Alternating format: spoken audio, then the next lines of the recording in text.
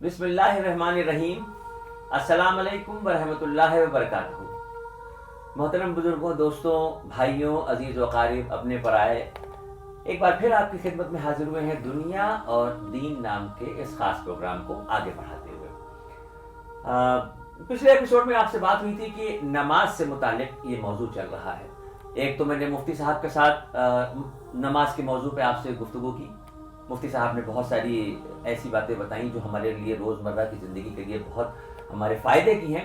نماز کے موضوع پہ جو گفتگو ہو رہی ہے اس میں بہت سی چیزیں ایسی ہیں، مجھے لگتا ہے کہ یہ ایک ایسا فرض ہے کہ جس کے اوپر بہت تفصیلی گفتگو ہونی چاہیے۔ مسلمان کی زندگی میں نماز کی کیا اہمیت ہے، کس درجہ نماز ہمارے اوپر فرض کی گئی ہے، اور معاملات کہاں سے شروع ہوتے ہیں۔ بڑی مزے کی بات آپ کو بتائیں، اللہ کے نبی سرکار دو عالم صلی اللہ علیہ وسلم کو معراج کے سفر پہ بلا کے اللہ رب العزت نے 5 وقت کی نمازوں کا تحفہ دیا۔ یہ تو عام طور پہ لوگوں کو پتا ہے، ہمارے یہاں بھی اس کا ذکر کیا گیا۔ ہمارے نبی سے پہلے جو اس دنیا میں نبی آئے، اس دنیا میں جو انبیاء آئے، جو پیغمبر آئے، ان کی امتوں پہ بھی نمازوں کا فرض ہوا تھا، لیکن 2 وقت کی نماز، فجر کی نماز اور عصر یا مغرب کی نماز۔ وہ جو 2 وقت کی نمازیں تھیں ان کا وقت بتا دیا گیا تھا، اسی اندازے سے وقت کے حساب سے نماز ہوتی ہے۔ اور چونکہ موسیٰ علیہ السلام کے زمانے میں، موسیٰ علیہ السلام کے بعد جو سلسلہ رہا عیسیٰ علیہ السلام کا، اور اس کے بعد ہمارے نبی دنیا میں تشریف لائے، تو جب ہمارے نبی پہ نمازیں فرض ہوئی ہیں تو اس وقت 2 اور اہم باتیں تھیں۔ ایک تو یہ تھی کہ اس وقت ہمارے نبی جب نماز کے لیے کھڑے ہوتے تھے تو بیت المقدس کی طرف رخ کر کے نماز پڑھتے تھے، اور نمازوں کے وقت جبرائیل علیہ السلام نے چونکہ بتا دیے تھے لہذا اس حساب سے نماز ہوتی تھی۔ یعنی مکہ شریف میں نمازوں کے فرض ہونے کے بعد نماز صرف وقت کے حساب سے پڑھی جاتی تھی، ابھی اذان کی شروعات نہیں ہوئی تھی، اور بیت المقدس کی طرف رخ کر کے نماز پڑھی جاتی تھی۔ یہ سلسلہ 53 برس تک چلا، اور 53 برس کی جب ہمارے نبی صلی اللہ علیہ وسلم کی عمر ہوئی اور اللہ رب العزت کے حکم سے حکم ہوا کہ اب مدینے کے لیے مسلمان ہجرت کریں، اور ہمارے نبی ہجرت فرما کے مدینہ منورہ تشریف لے آئے۔ مدینہ منورہ پہنچنے کے بعد آپ صلی اللہ علیہ وسلم نے چونکہ بڑی لمبی گفتگو ہو جائے گی، وہ موضوع دوسرا ہے، انشاءاللہ اس پہ پھر بیان ہوگا۔ مختصر یہ کہ مدینہ منورہ میں حضرت ابو ایوب انصاری کے مکان میں آپ نے 6 مہینے قیام کیا، اور 6 مہینے کے قیام کے بعد آپ نے وہ جگہ جہاں پر آپ کی اونٹنی بیٹھی تھی، تفصیلی گفتگو ہے، انشاءاللہ ضرور بتاؤں گا اس کے بارے میں۔ ہمارے نبی نے وہ مدینہ منورہ میں وہ زمین کا ٹکڑا لیا جہاں آج مسجد نبوی ہے، اور اس زمین کے ٹکڑے کو خریدنے کے بعد صحابہ کرام کے ساتھ مل کے اس مسجد کی تعمیر کی جسے ہم مسجد نبوی کے نام سے جانتے ہیں، جہاں آج گنبد خضرا ہم دیکھتے ہیں۔ جب مسجد نبوی کی تعمیر ہو گئی تو اس وقت آپ صلی اللہ علیہ وسلم نے صحابہ اکرام کو جمع کیا، اور یہ ہوا کہ بھائی اب کوئی ایسا راستہ، کوئی ایسی صورت، کوئی ایسی بات ہو کہ جب نمازوں کا وقت ہو تو مسلمانوں کو بلانے کا کوئی طریقہ ہو۔ مختلف جو اس وقت صحابی وہاں تشریف فرماتے ہیں انہوں نے اپنی اپنی رائے دی۔ کسی نے کہا کہ یا رسول اللہ جب نماز کا وقت ہو تو آگ جلائی جائے، تو آپ نے فرمایا کہ نہیں، یہ تو مجوسیوں کا طریقہ ہے۔ پھر کسی نے کہا کہ یا رسول اللہ جب نماز کا وقت ہو تو ڈرم بجائے جائیں، پرانے زمانے میں ہوتا تھا نا ایسا، تو آپ نے منع فرمایا کہ نہیں، اس کی مشابہت اوروں سے ہو جائے گی۔ کئی الگ الگ طریقے کی باتیں الگ الگ صحابہ کرام نے اپنے اپنے دل کی خواہشیں ظاہر کی، لیکن اس وقت کوئی ایسی بات نہیں تھی جو یہ ہو کہ ہاں یہ مناسب ہے۔ جب کوئی نتیجہ نہیں نکلا تو حضرت عمر فاروق رضی اللہ عنہ نے کہا کہ یا رسول اللہ کیوں نہ ایسا ہو کہ جب تک ہم کسی نتیجے پہ، یعنی آپ کسی نتیجے پہ نہ پہنچ جائیں، جب تک اللہ کی طرف سے کوئی حکم نہ آ جائے، تب تک مدینے کی ان گلیوں میں جہاں اہل ایمان رہتے ہیں الصلاۃ جامعۃ کا نعرہ لگایا جائے۔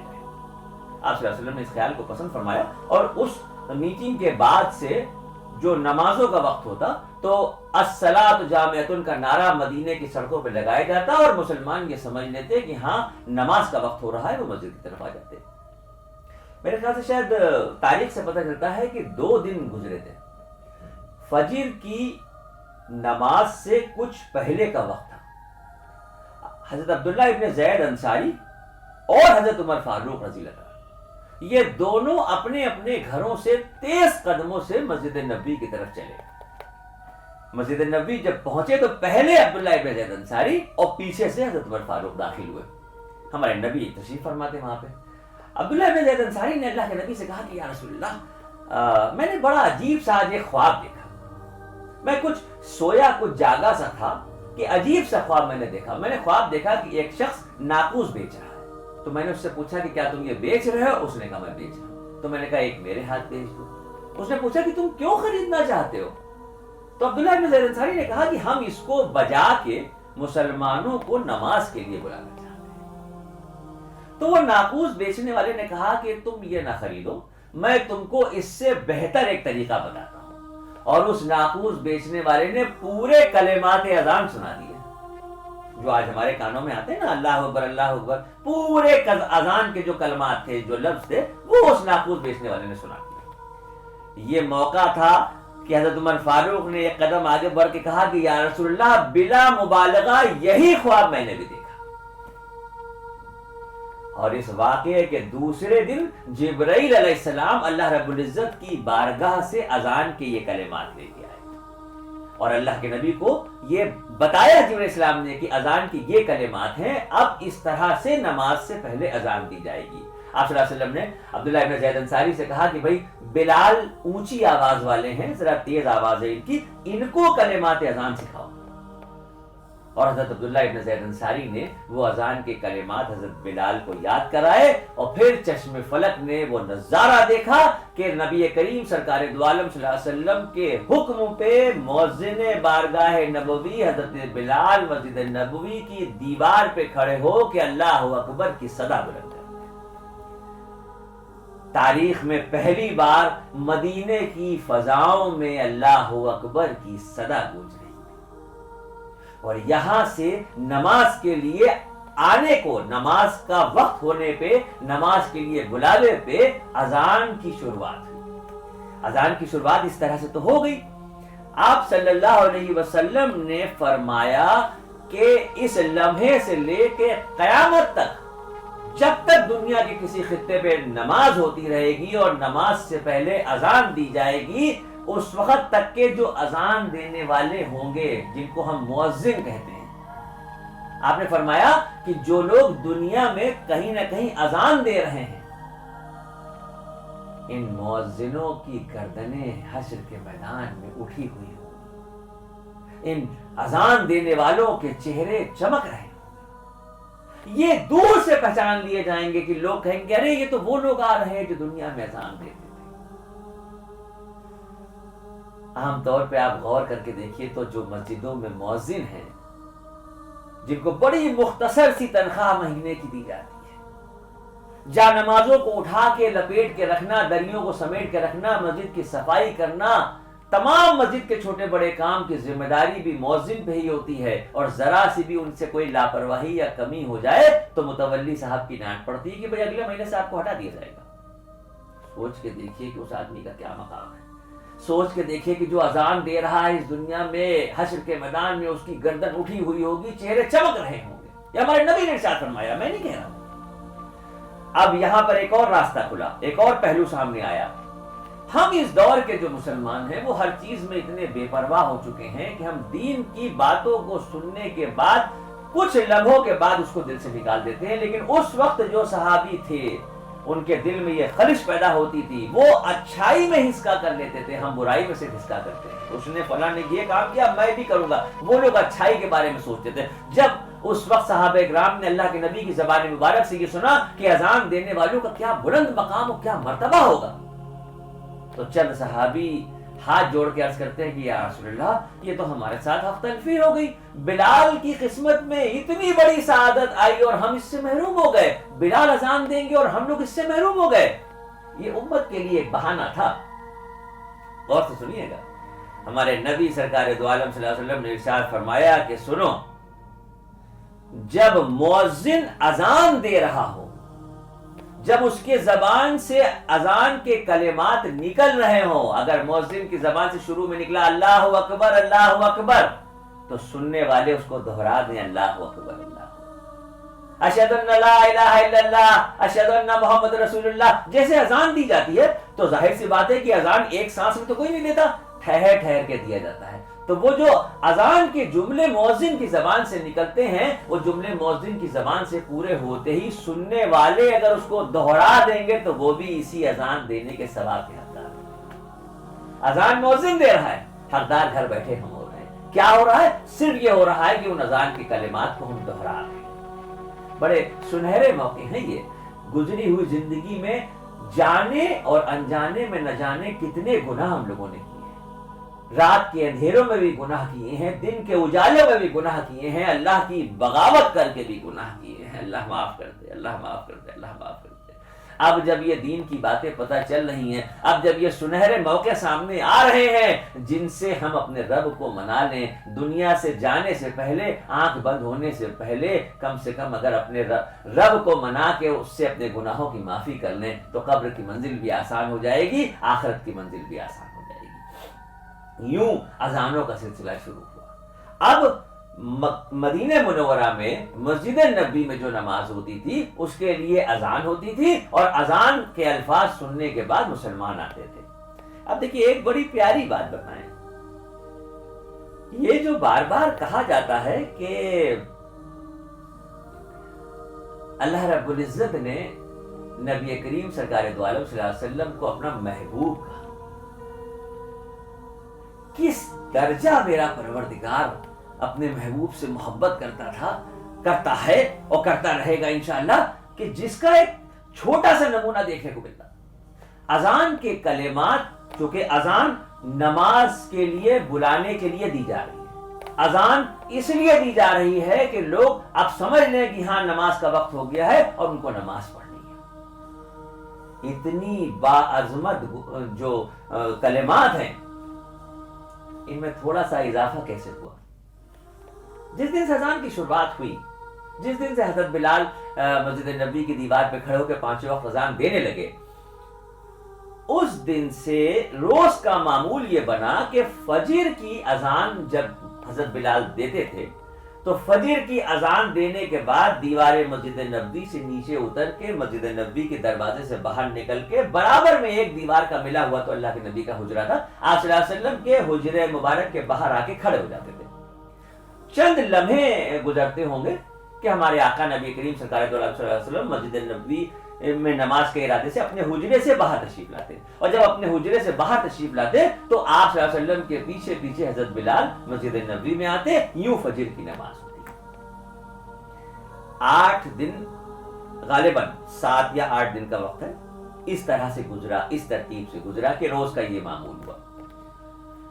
8واں دن تھا یا 9واں دن تھا، فجر کی اذان کے بعد حضرت بلال مسجد نبوی کی دیوار سے جب اذان دے کے اتر کے حجرہ نبوی کے باہر آ کے کھڑے ہوئے تو جتنی دیر میں ہمارے نبی باہر تشریف لے آتے تھے، آج اس میں کچھ دیر ہوئی، آج اس میں کچھ تاخیر ہوئی اور وقت کافی ہونے لگا۔ حضرت بلال کو یہ خیال ہوا کہ تمام الجھنیں اور تمام معاملات ایسے ہیں جس کی وجہ سے، تھکان کی وجہ سے، الجھن کی وجہ سے، ایسا تو نہیں کہ آپ صلی اللہ علیہ وسلم اس وقت گہری نیند میں ہو، آنکھ نہ کھلی ہو اور نماز نہ قضا ہو جائے۔ مجھے لگتا ہے کہ اگر ہم ہوتے یا اس دور کا کوئی مسلمان ہوتا تو اپنی عقل اور اپنی سمجھ کے حساب سے ہم لوگ بہت اگر بڑا کام کرتے تو اتنی کوشش کر لیتے کہ حجرے کے باہر سے ایک آواز لگاتے کہ یا رسول اللہ نماز کا وقت جا رہا ہے، آپ نماز کے لیے تشریف لے آئیں۔ ہم سمجھتے کہ ہم نے بہت بڑی بات کر دی۔ حضرت بلال نے جب یہ دیکھا کہ نماز کا وقت نزدیک ہو رہا ہے اور آپ صلی اللہ علیہ وسلم ابھی تشریف نہیں لائے ہیں تو بے ارادہ حضرت بلال کی زبان سے نکلتا ہے الصلاۃ خیر من النوم، سونے سے بہتر ہے نماز۔ یہ جملہ حضرت بلال کی زبان سے نکلا ہی تھا کہ مسکراتے ہوئے ہمارے نبی صلی اللہ علیہ وسلم اپنے حجرے مبارک سے باہر تشریف لاتے ہیں، حضرت بلال کی طرف دیکھتے ہیں اور مسکرا کے کہتے ہیں کہ بلال فجر کی اذان میں اس جملے کو بھی ہمیشہ کے لیے شامل کر دو۔ اذان کے کلمات بارگاہ خداوندی سے آئے، لیکن اس اذان کے کلمات میں ایک لفظ کو بڑھانے کا شرف ہمارے نبی کی طرف سے ہوا۔ آپ صلی اللہ علیہ وسلم نے فرمایا کہ فجر کی اذان میں الصلاۃ خیر من النوم کے جملے کو جوڑ دو، اور یہ قیامت تک کے لیے طے ہو گیا کہ اب اس طرح سے اذان دی جائے۔ اذان کے اور بھی بہت سے معاملات ہیں، مجھے لگتا ہے کہ بہت لمبے بیان ہو جاتے ہیں تو بات نہیں بنتی. اب انشاءاللہ اگلے ایپیسوڈ میں ہم آپ کو بتائیں گے کہ مکہ شریف میں پہلی اذان کب ہوئی, کا کیا موقع تھا, مکہ شریف میں پہلی اذان کب ہوئی, اور یہ جو ہمارے نبی سرکار دو عالم صلی اللہ علیہ وسلم پہ نمازوں کا فرض ہونے کے بعد بیت المقدس کی طرف رخ کر کے ہمارے نبی نماز پڑھتے تھے, تو وہ کون سا موقع آیا جب آپ صلی اللہ علیہ وسلم نے کعبۃ اللہ کی طرف رخ اپنا کیا اور اس کے بعد کعبۃ اللہ کی طرف رخ کر کے نماز ہوئی. اس کے بعد ایک اہم بات یہ ہے کہ اس دنیا میں سب سے پہلے جو حضرت بلال نے پہلی اذان دی تھی, تو حضرت بلال کی آخری اذان کیسی تھی, کیا اس کی تاریخ ہے, یہ باتیں اگر ہمیں معلوم ہوتی ہیں تو کہیں نہ کہیں دل پہ اثر ہوتا ہے, کہیں نہ کہیں دل جو ہے وہ جھکتا ہے. اور مقصد ہمارا صرف یہ ہے کہ برائی کے راستے سے نکل کے اچھائی کے راستے پہ آنے کے لیے جو مذہب کی کچھ باتیں بتائی گئی ہیں جس سے کسی کو اختلاف نہیں. آپ نماز پڑھ رہے ہیں تو اپنے لیے پڑھ رہے ہیں, روزے رکھ رہے ہیں تو اپنے لیے کر رہے ہیں. اذان کا موقع اگر آپ کو مل جائے, اب آپ سوچئے کہ جو میں نے آپ کو بتایا کہ اذان دینے والوں کا کیا مقام ہوگا, تو کبھی کبھی ایسی بھی خواہش دل میں ہونی چاہیے کہ آپ کے محلے کی مسجد میں یا آپ کے دفتر کے پاس کی مسجد میں جہاں آپ روز جاتے ہیں نماز پڑھتے ہیں, جہاں امام صاحب سے اور مؤذن صاحب سے آپ کے اچھے رشتے اچھے تعلقات ہیں, کبھی کبھی خواہش ظاہر کر دیا کیجیے کہ مولانا آج ہم کو اذان دینے کا موقع مل جائے. ایک اذان بھی جو دے کے نکلے گا وہ کہیں نہ کہیں اس اکاؤنٹ میں شامل ہو جائے گا. میں کوشش کر رہا ہوں, میری کوئی بات اگر ناگوار گزری ہو, بری لگی ہو, بچہ سمجھ کے مجھے معاف کر دیجیے گا. میری کوئی لالچ نہیں ہے, صرف اتنی خواہش ہے کہ جو اللہ رب العزت کی طرف سے علم مجھے مل رہا ہے وہ اس کے بندوں تک پہنچانے کا کام کریں. پتہ نہیں کون سی ادا اللہ کو پسند آ جائے اور گناہوں کی معافی اور مغفرت کا پروانہ مل جائے. آپ کی محبتوں کا شکر گزار ہوں, آپ کی دعاؤں کا طلبگار ہوں. اس بات کو یہیں پر ختم کرتا ہوں. اگلے ایپیسوڈ میں انشاءاللہ اذان کے ہی متعلق جو اور تاریخی گفتگو ہے وہ لے کے آپ کے ساتھ پھر حاضر ہوں گے. تب تک کے لیے ہمیں اجازت دیں, آپ کی دعاؤں کا طلبگار. اب وہ بات بار بار کہنا پڑتی ہے کہ اگر ثواب کا حقدار آپ بھی ہونا چاہتے ہیں تو اس کو شیئر کریں, اور شیئر کرنے کے ساتھ ساتھ جو یہ میں نے موبائل کا ایپ والا آپ کو بتایا ہے, اس ایپ کو ایک بار صرف ڈاؤن لوڈ کرنا ہے. یہ دیکھیں پوری ترتیب آپ کے اسکرین پہ چل رہی ہے, کیسے اس کو ڈاؤن لوڈ کرنا ہے, کیا کرنا ہے. ایک بار اس کو ڈاؤن لوڈ کر لیجئے, ہمارے سارے پچھلے قریب 72-73 جو ایپیسوڈ ہیں وہ سب آپ کے پاس آ جائیں گے, اور انشاءاللہ ڈاؤن لوڈ ہو جانے کے بعد آگے کے جو ہمارے بیان ہوں گے وہ بھی اس میں آتے رہیں گے. بہت شکریہ, بہت شکریہ آپ سب کی محبتوں کا. السلام علیکم.